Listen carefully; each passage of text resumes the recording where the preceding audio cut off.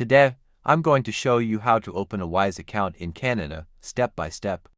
It's super easy and quick, so let's jump right in. First, head over to the Wise website or download the Wise app from your App Store. Click on the Create Account button. You'll need to enter your email address and choose whether you want a personal or business account. You can also sign up using your Google or Apple account for more convenience.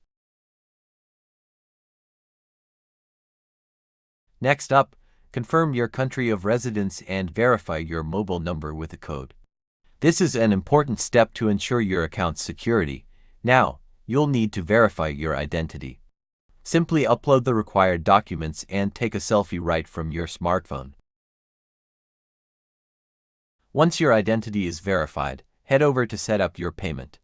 Enter either the amount you want to send or the amount your recipient should receive. Check the fees and exchange rates, and you'll get an instant quote and estimated delivery time. Finally, confirm the payment method.